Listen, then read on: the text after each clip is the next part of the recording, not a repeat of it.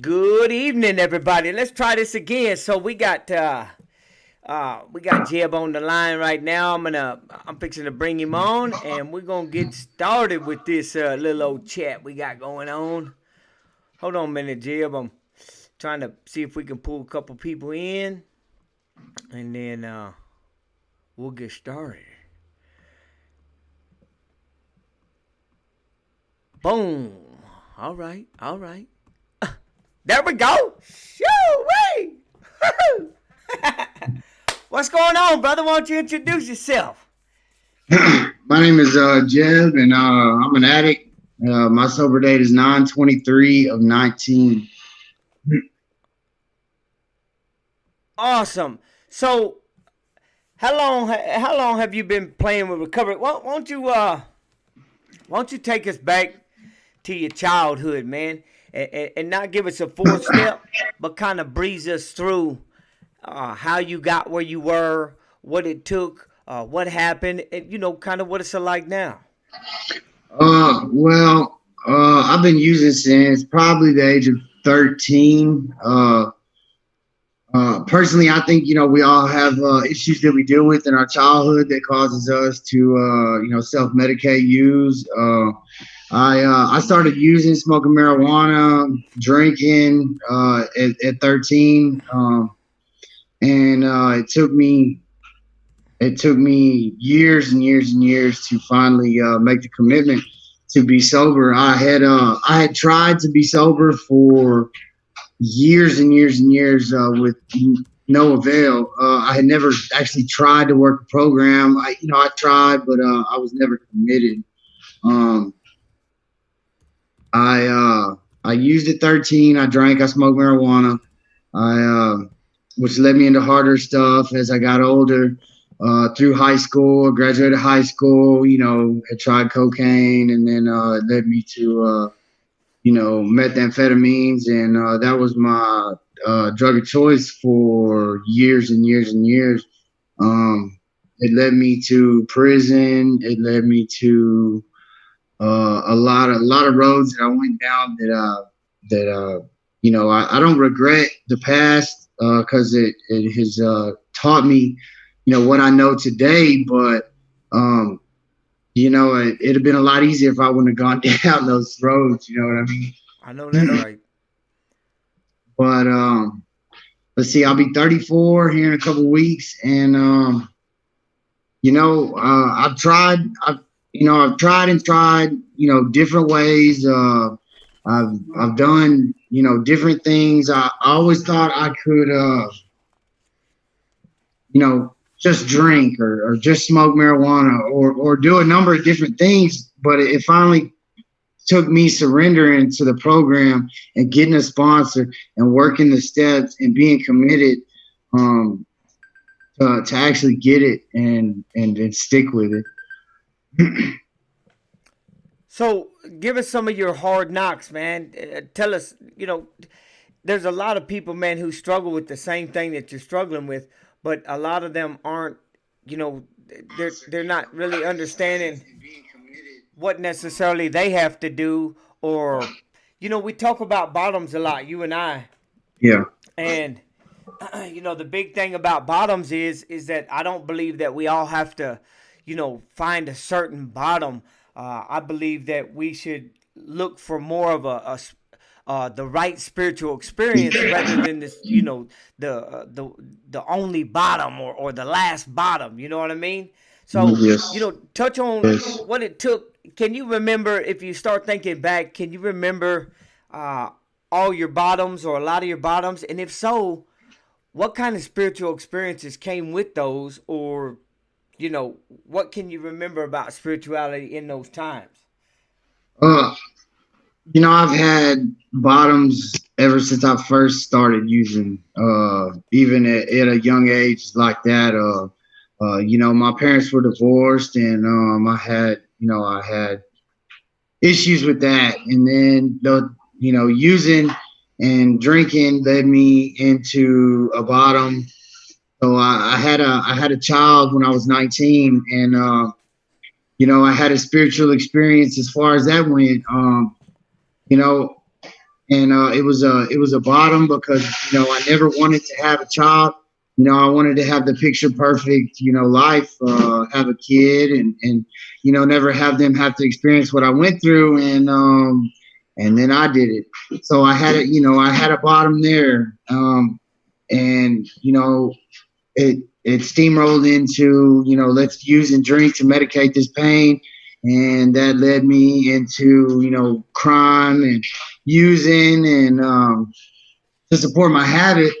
So I went to jail. I went to jail when I was 13. There's another spiritual experience, and if you've never been, it's an eye-opening experience. Uh, a really eye-opening experience. They put you in a place it's never been before. You don't know what's going on. You're locked in a room. They take your stuff away. You're butt naked. The first time I had that experience, I think I was 13 years old. I went to JDC in Killeen, Texas. It's called Juvenile Detention Center, and so I knew I had a problem, but you know, I didn't know how to go about finding the solution. I had, another spiritual experience one time. I was running from the cops, and I flipped my car, and I should have died, but I didn't, and I ran, and luckily enough, nobody was hurt, nothing happened, and I thought, at that time, that was a spiritual experience for me, and I knew better. I knew God was sending me a message that I needed to stop doing what I was doing, and I didn't take that. I didn't, I just kept using and doing what I was doing, and before I knew it, I wound up, in jail, in prison again, and I've had so many experiences, and I've had so many bottoms, and I know they're bottoms, and I would have that sobriety, so I would hit that rock bottom, and I'd say, you know what, I can't do this no more. I'm not gonna do this. So I would try something different. It was never the program. It was never the 12 step.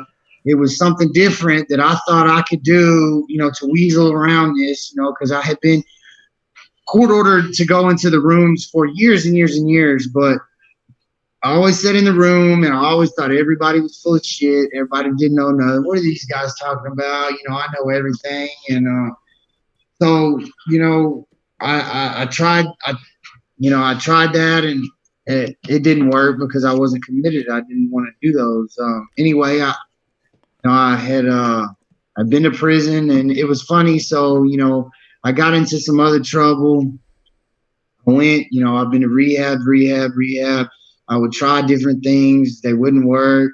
I'd stay sober for months, days, weeks, and it would lead me back to using again. And I would be doing it. Before you know it, I would be doing the same thing I was doing before.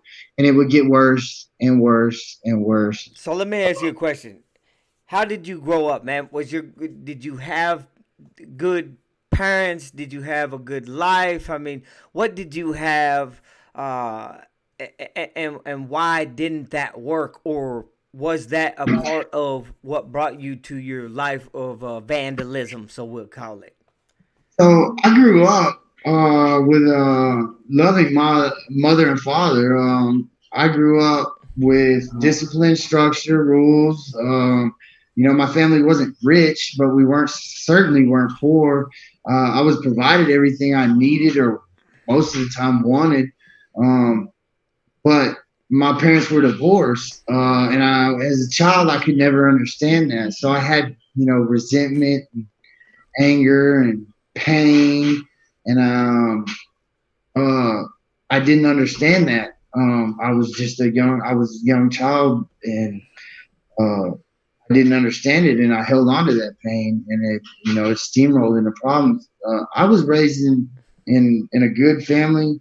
We always went to church, and if you was to look at my family, and if you were to look at me today, and make an assumption or a judgment, and then if you actually got to know me and my family, uh, it would be probably two completely different things. You know what I mean? Right. I just want to give a holler out to Nick and to Mike. Thank y'all for joining the chat. So if there's any questions y'all have that y'all like for me to ask Jeb, I'll go ahead and ask them. So the crazy thing is that our upbringing doesn't always necessarily equal how we're gonna grow up and mature as a person or a grown up. My story's on here as well, and now it's time for people to understand that this disease is not a respecter of who you are or what you've done or where you've been. It really doesn't care either way. It will attack you with everything, or it will attack you with nothing. And I grew up on the opposite of that spectrum that you're talking about.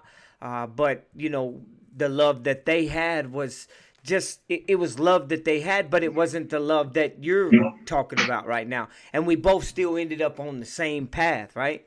So, growing up, you didn't have it so bad. What started that escalation? What started that avalanche? Um,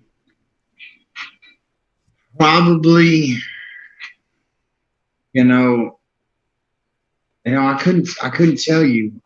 I held on to this pain and anger and resentment for so long. Uh, just over my mother and father in the beginning. Then it turned into something else, turned into something else, turned into something else, turned into something else, and um, you know that's that's the insanity of it. It just steamrolls into problem after problem after problem, and it's really really hard to to realize that at the time. It is anyway.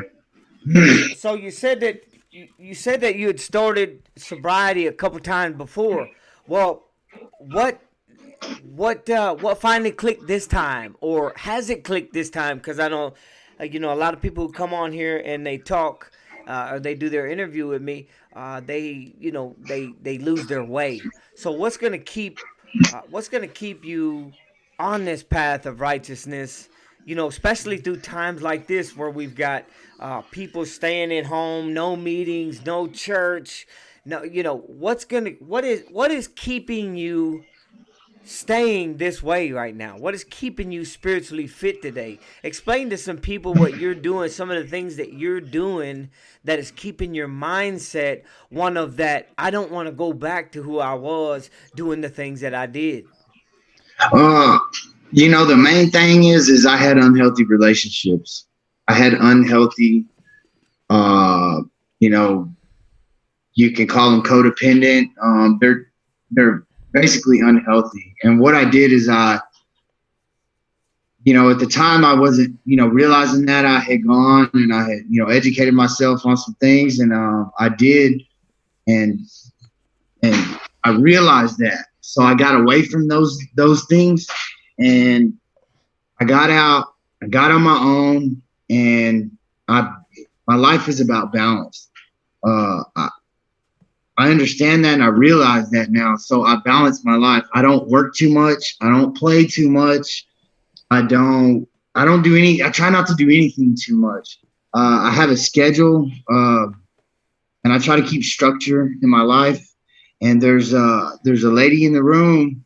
Shout out to Tammy that said something to me. Well, she not to me. She said something one day, and she said, you used to go to the store and get a 6-pack of beer every day. Why can't you do something for your recovery every day? And Well, what are you doing? You say you keep so saying that, but I mean, so I read so we I got a read question right here. Hold on, we got a question uh, that says, what's keeping your mind to focus on staying clean, which is what we're talking about. And yeah, we can say that we're keeping the balance. We can say that we're doing these things, but I mean, what are you doing right at this well, point in time? I read a devotional. Yeah, yeah.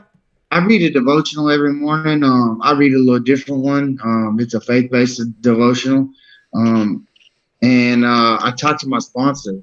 I surround myself with people that are like-minded, people that want to be sober. Um, I talk to our sponsor quite often, and I try to keep my body healthy, and you know, I work with other addicts. Um, I work with other addicts quite a bit, and sometimes it's a pain in the ass and it pisses me off, but it's really it's really satisfying and fulfilling to me when I see somebody that I know can do it. Even though they can't see it in themselves, I can see it. And when I help that person and I see that person get that, I can't explain it. They get that. They get that. They just get a look in them, and when they accomplish something, and it's the great. It's way better than any high that I've ever had. Right. So you got clean and sober. Walk us through that process this time that you took. Walk us through how many times have you tried recovery? Yeah, how many times you've been in the penitentiary and locked up? And then how many times recovery? And then what happened this time? And give us that process and what it looked like. So I've been to the penitentiary quite a bit, a couple times. I've been to rehabs quite a bit. So this last time, I discharged my sentence in December the 26th of 2017, and probably since my early 20s, I had been on some form of probation, some form of supervision. And for since I was 31 and 17, 32 almost maybe. I was off of parole. I had no rhyme or reason I could use and not have to report to anybody, answer to anybody. I could do what I wanted to do. And it was a really funny feeling. When I got out, I didn't have that. I was tired of it. I didn't have the want to do it. And so I tried and I tried. So I thought I could just drink, and then, drinking turned into this, and then this turned into that. And I got into an unhealthy relationship again, and it caused me to go back to using my drug of choice. And I saw myself going down roads that I had gone down already, and I didn't want to do it anymore. So I moved out here, and I went to rehab again, and but it was different because I was actually committed. My disease was telling me, I was angry, discontent, mad. But for some reason, I was committed. I actually shut up and I listened, and I focused and I tried. I took suggestions people were telling me to do, So even though I didn't. you went to a rehab? Yes, sir. Which one? Turning Point in Awesome. Odessa. Odessa, Texas. Yes, Same one. sir. Holla out to Turning Point. Woo, woo. Okay, so listen, from Turning Point, what did we do? We went to Turning Point, and then what did we do after that? I got a sponsor. Okay. I actually moved into sober living. There you go. Man, not that. Dang, I didn't know if I was going to have to, put a root noose around your neck and drag it out of you or what, bro. You know what I'm saying? Yeah. Okay, so how is that working for you? And what does that process look like? So when I got out of rehab, my disease and me was telling me, I wanted to do what I wanted to do. Well, the director at Turning Point talked to my parents and said, the statistics are 70%. It increases your sobriety chances 70% if you move into a sober living facility. Now, I didn't want to move into a sober living facility because I didn't want to be told I'm off parole. I don't have no legal obligations. I'm a man. I can do what I want to do. Of course, we all know where that got me. So I thought about it, and even though I really didn't want to do it, I told myself, no, I'm going to give this a shot and I'm going to try this. Well, when I went to the sober house that is here in San Angelo, I went to the sober house and I talked to the guys, and Basically it's an accountability deal. We live here, we hold each other accountable, we pay our bills, do what we're supposed to do, and we stay sober. And I'm around other sober people, and it keeps me sober. It helps. Um, it's a good building block foundation. And I can tell you, if a lot of people will, you got to be committed. That's the main deal. I can say all these things help, and they do, and they give you little advantages. But if you're not going to be committed 100% and say, look, I'm done doing this. I need to do something different, and that's it. So what? So can we say that you've reached a level of accountability? So as an addict or in addiction in that lifestyle at that point in time, we the only commitment that we have is to what our disease is telling us we're gonna do, right? And then Yes, once we convert that into once we convert that into this sobriety life, this recovery life, or God, because that's what it is. Now our commitment becomes much greater, right? And then step 3 tells us to make a decision to turn our will and our life over to the care of God as we understand Him. Now, with that commitment comes accountability. You see, all of these little steps and processes that we make in this recovery journey is giving us for a reason. accountability to a commitment that we're making. What makes a lot of us to fail in this life is to stop being committed or failing our accountability. Once we fail our accountability, our commitments become altered. We start committing to other things. So, relationships are hard, whether it be with a man and a man being friends with other men, or what vice versa, relationships with a man and women, or a man and whatever.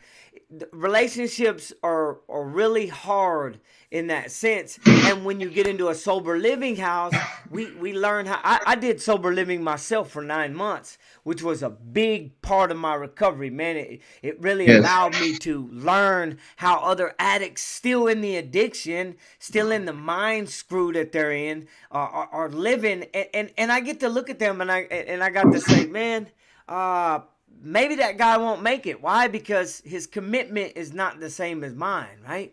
And that is the great thing about being a sponsor or being a friend to people in the program, is that we get to see this from a different point of view, and we can decide, we get to make sense of other people's lives. So we just become aware of who they are and what they've done. That doesn't mean that I have to follow each and every person. That means they're examples to me. And I get to pick one of them that I want to distort just a little bit and make my path similar to theirs, because theirs is working, right? yes, yes, So, have you exactly. found someone in the program that not only can you mimic, but maybe just follow, you know what I'm saying, and get good ideas? Are you finding that in the entire program? Because the entire program is what does that for me. Yes. Yeah. I mean, I've got 7 months almost. I'm a little. It's I learn every day. I learn new things. I see new things. Yeah, there's people that I look up to in the program, and I follow their lead because it works for them. And I respect their their decisions and the way they have done things because it works. That's the bottom line. And there's a saying that we say in the rooms. There's people that go back out to using and drinking all the time. And living in a sober living house, I have seen it personally. I see it on a constant basis. And seeing that seeing them go out reminds me of those roads I went down. It makes me not want to go down those roads. It reminds me how real this thing really is. And I think you actually say it in the room, when we have our meetings, that, they go out so we don't have to. Hey, yeah, yeah. There was a guy, and he's passed on now, so I can actually say his name. His name is Ron Roy, and he used to, every time that people come in, he would say, I'm sure grateful for you guys with 1 minute of recovery right now, because you're still going out and doing the thing that I don't want to do no more, and it's making me see what I don't want to do no more. You know, that is the gratitude that I have in this program, is I get to see these people that are still living in chaos, and I don't want to be like that no more. Let me just respond to a couple chats real quick. I want to say hi to Hartling. I want to say holla out to C. Maureen, and I appreciate each and every Jules, Nick, Mike,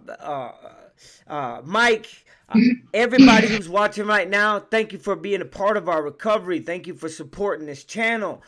God and Jesus Christ is my Savior. That is Jebb's Savior. And it doesn't have to be your Savior, but, this is a time that we come together, especially in this time of crisis and disease, and we start picking each other's brains apart to figure out what it was that caused me to do some stuff, caused Jeb to do some stuff, and maybe can help you to relate to what's going on in your life. And, drop me a chat, DM me on YouTube, let me know if you want to tell your story or what you want to talk about, because commenting and sharing is exactly how this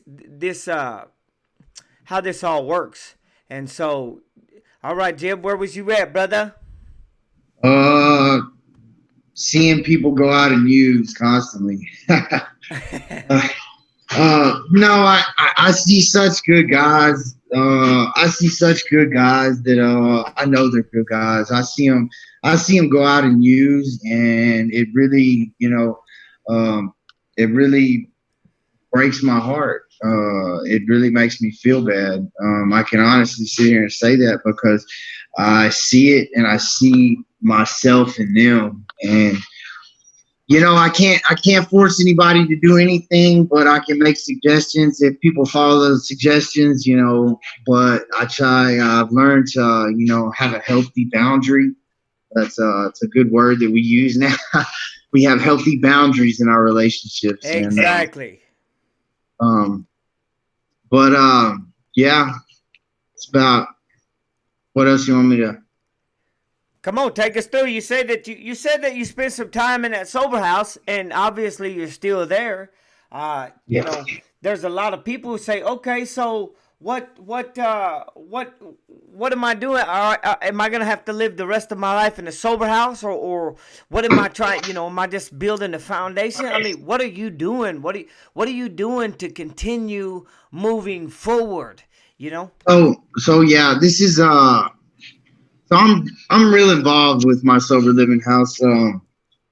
I have quite a bit of responsibility as far as some of this stuff goes. And I was I was kind of coaxed into these positions that I'm in by somebody else that has quite a bit of sober time that's lived in these houses before. And he told me that it would be really healthy for my recovery. At the time, I was like, I don't know about this. And it is, though. I live in this sober house. I work with other addicts. I work with the sober living house for the corporation that actually a nonprofit, but it's a nonprofit corporation that runs these houses. And it's been a really good thing. It's kind of a pain in the ass sometimes, but it's been really healthy for my sobriety. I work with addicts and alcoholics constantly every day. So you and I, we become friends along this way, and that is the true point to this game, is to find people. We talk about you and I because we hang out quite a bit now. We have a little circle that we have, and the circle's growing bigger and it's getting stronger, right? And that's how we change the world. So I start thinking about our circle, and I say, circles. We talk about circles. What is it we talk about? We got the trouble circle and we got the success circle, right? If we have success, our trouble circle doesn't exist. And if we have trouble, then we probably have very little success, right? So how are you building your success circle, And what does that success circle mean to you, and not only to you, but to people that you influence? See, because I don't just influence folks, you influence folks, and we all influence folks just by the things that we're doing and the way that we're living. Yeah, so I never thought in the world that I would actually, other people would actually look up to me, and ain't that that's pretty funny. And I actually have guys that call me on a regular basis and ask me questions, and I a couple of weeks back before all this pandemic stuff, we meet and we drink coffee. Um, and we had the biggest group that we'd had since then. It was so big; it was maybe 7, 8, 9 people, and I want to bring these people in. It's what it means to me is having you can never have too many successful. It's I guess I can put it like this, they have a saying: if you hang out in a barber shop long enough, you're gonna get a haircut. You know, so and then there's another saying that I've heard in the rooms. It's fake it till you make it. And some people take that literal, but the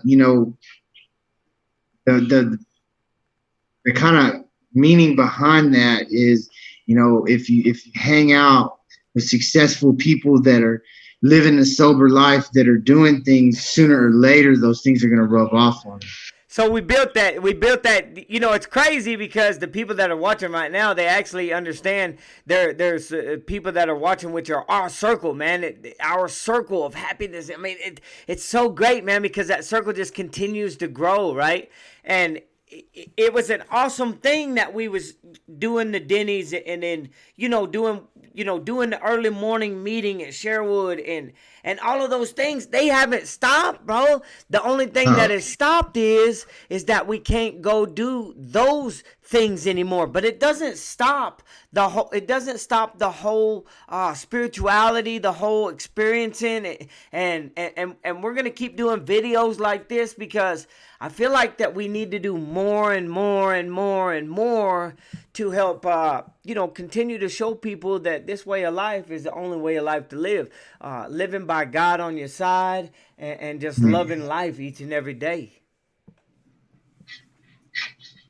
Yeah, definitely, definitely. Yeah, if you got anybody that wants to get together and do a Zoom call and a video, all at us.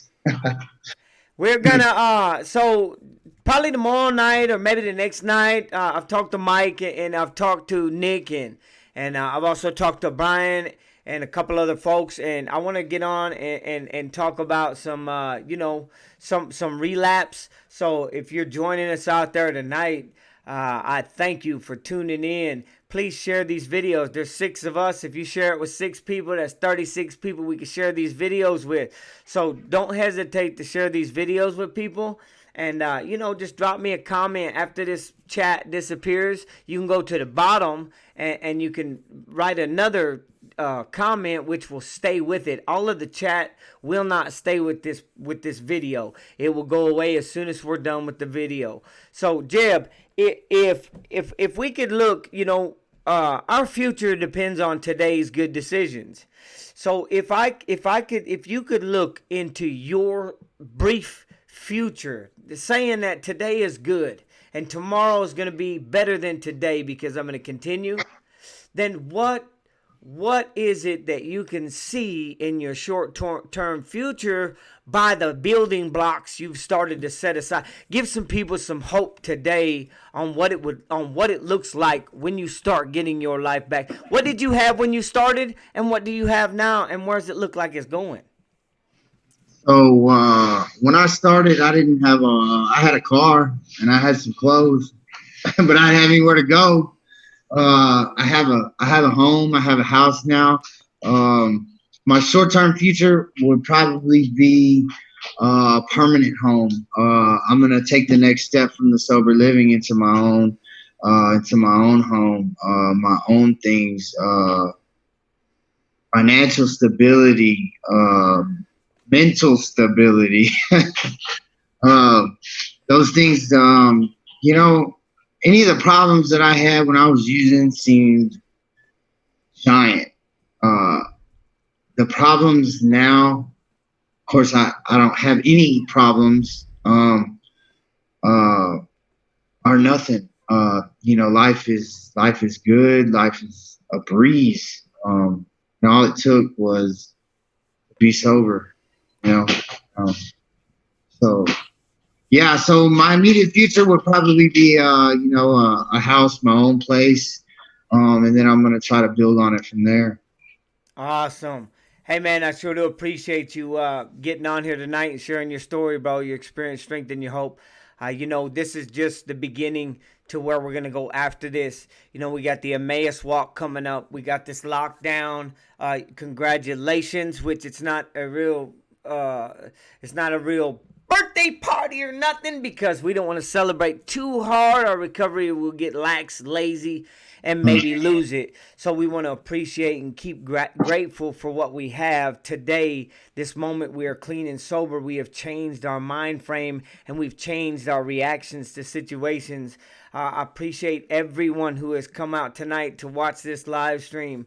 We're trying to do everything that we can to help the world change, and we can only do that one person at a time. And Jeb, it truly is an honor for me to be your friend, and also a partner in this recovery, as well as Mike, Nick, Brian, Jules. Uh, uh, Everyone who is watching tonight, man, you are my friend.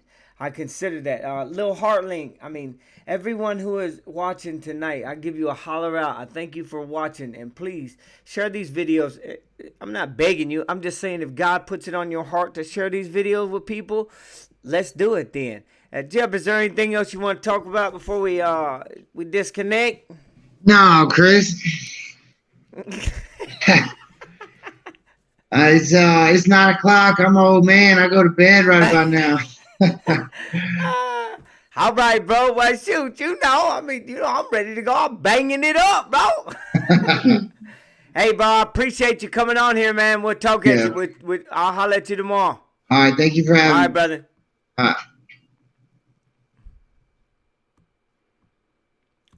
Whoa, whoa, yeah.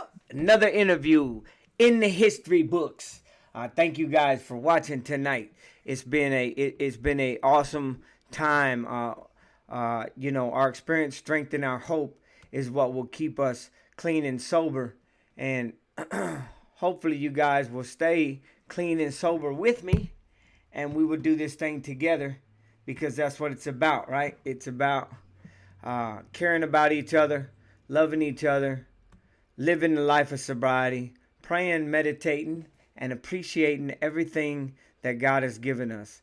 God has given us, if you're like me, God has blessed you with a job. If you're like me, God has blessed you with sobriety. If you're like me, God has blessed you with friends and family.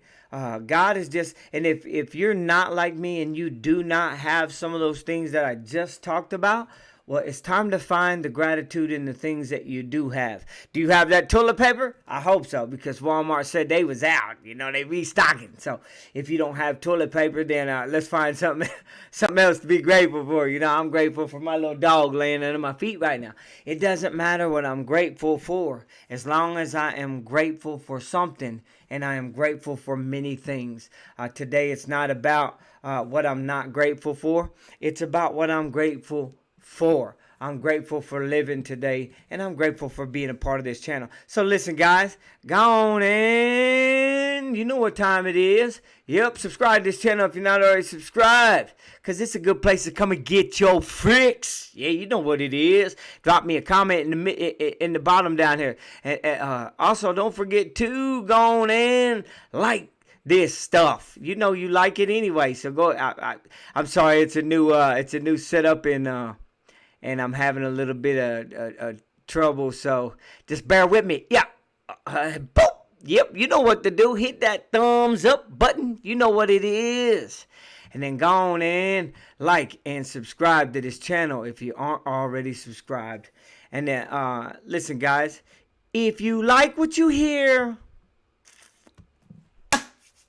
and you want to hear more of what I got to say, Smash the like button and subscribe today. Don't forget to share these videos, man. I'm sorry that I get it a little bit more detailed. I haven't done the interviews in a while, so it's taking a little while to get familiar with it. All right, guys, y'all have a blessed evening. See y'all in the morning.